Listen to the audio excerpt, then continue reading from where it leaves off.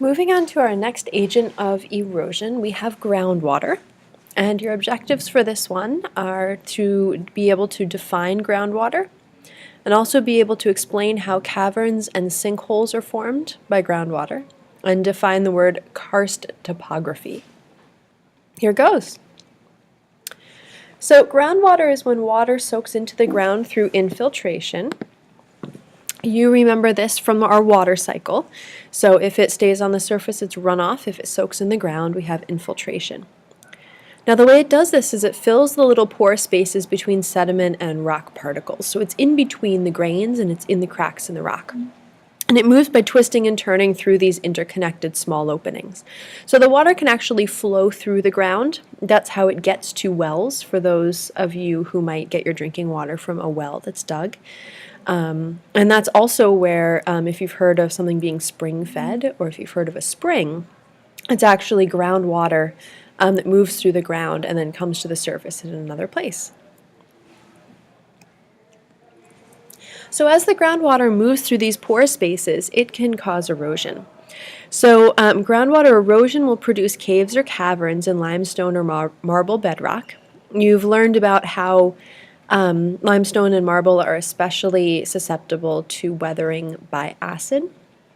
So water that has a little bit of carbonic acid in it because of dissolved carbon dioxide, or water that's a little bit acidic because of acid rain, can dissolve limestone or marble bedrock, producing these large caverns.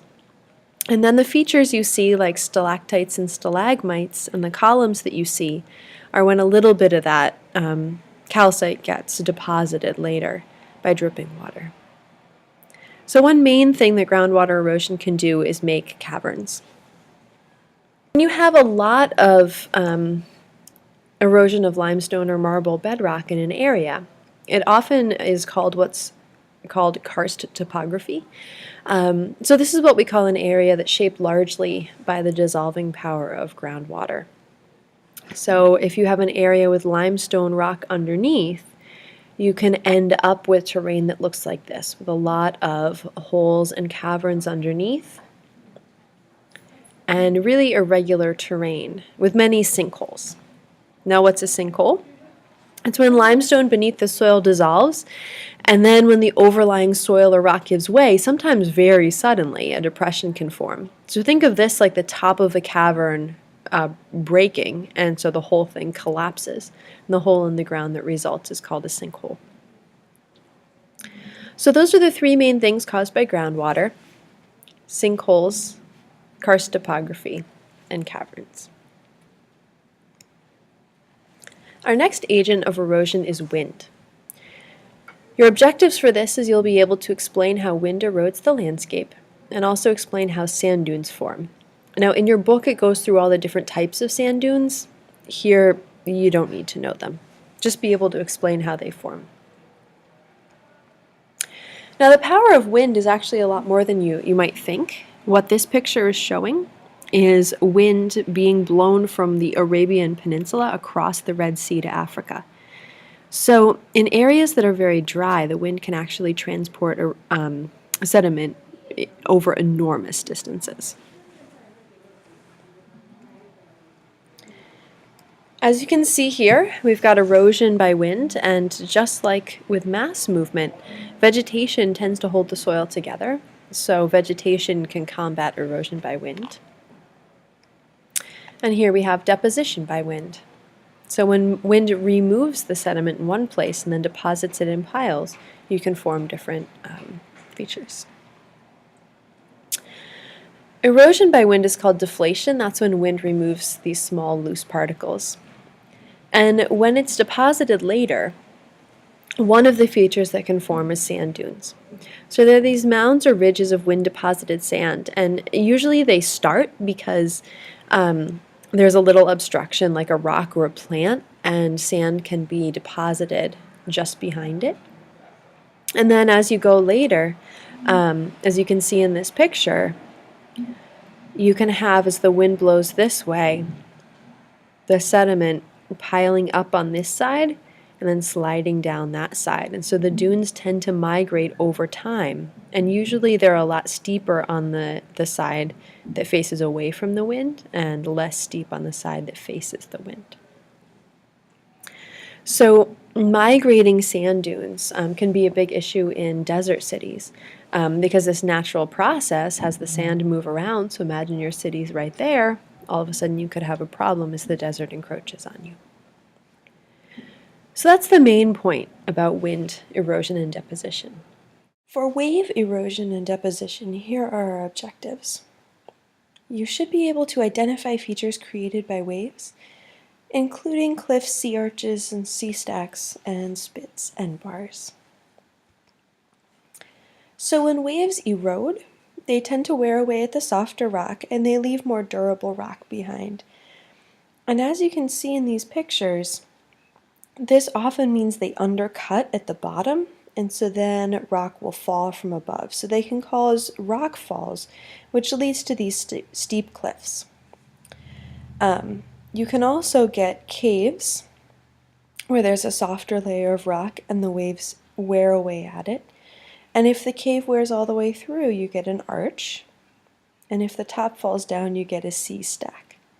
So these are all features that are formed along rocky coastlines because of wave erosion. Wave deposition is the movement of sediment, and usually with waves we have sand moving around. That's usually the size of sediment that is deposited by waves near the coast. As you learned when looking at sedimentary rocks, the smaller sediment tends to be deposited farther out, which is why you get shale forming in deep water, because that's where those smaller grains end up. But right along the coastline, you end up with sand. Now, wave motion tends to move sand down the beach, and it does this by something called the longshore current or longshore drift. So the waves will come in and push sand on the beach, and then when the wave goes back out again, it doesn't go back at the same angle it came in at. It goes back at a slightly different angle, and then in and out. And so you end up with sand zigzagging down the beach with each wave. So if you're at the beach and they've built a jetty, which is one of those sort of rocky or concrete things that sticks out into the ocean, often those are built in order to catch the sand as it moves down the beach, to keep the beach from completely wearing away. Now, this longshore current moving the sand down the beach can create spits and bars and barrier islands. And it also is what keeps the beach changing all the time. Now, some really good examples of spits and bars and barrier islands are on the Cape. So down here in Chatham, you'll notice that there's this long spit that sticks southwards.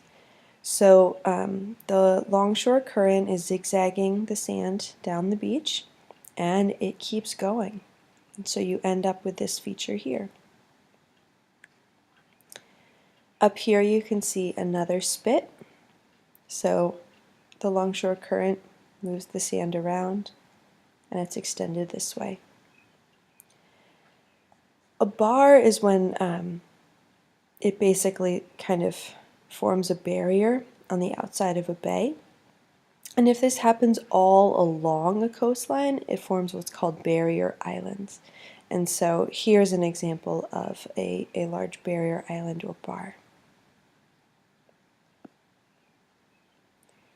So wave erosion causes cliffs and sea stacks on the rocky coast, and wave deposition can cause spits and bars and barrier islands made of sand.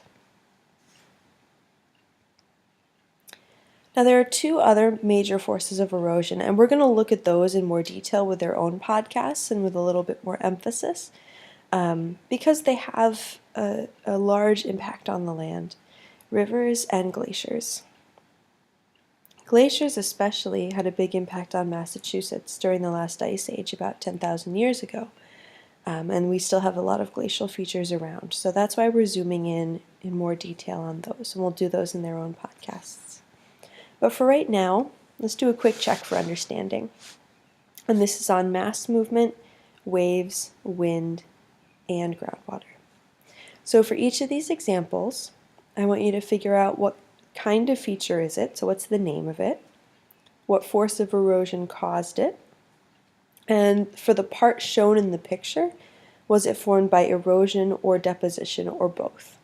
And there might be erosion in the picture but deposition not in the picture, so just go with the part that's shown in the picture. Here's your first example.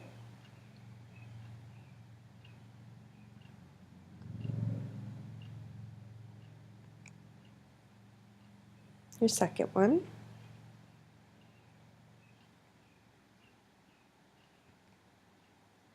Number 3.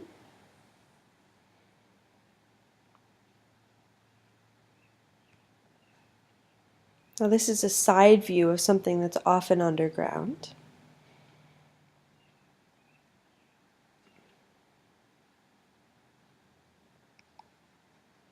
Number 5. Isn't that beautiful? Number 6, this is the aftermath of one of these. Number 7.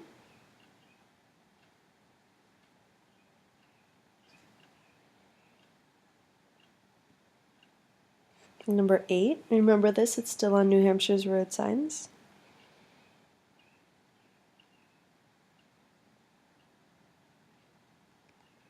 And number 9. All right, the next slide is going to be the answer key, so make sure you've decided on all of your answers.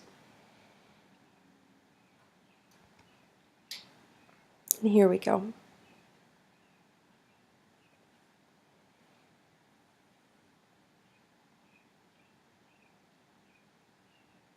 Okay, if you have any questions on any of these, let me know. We'll go over them in class with a little bit more practice as well.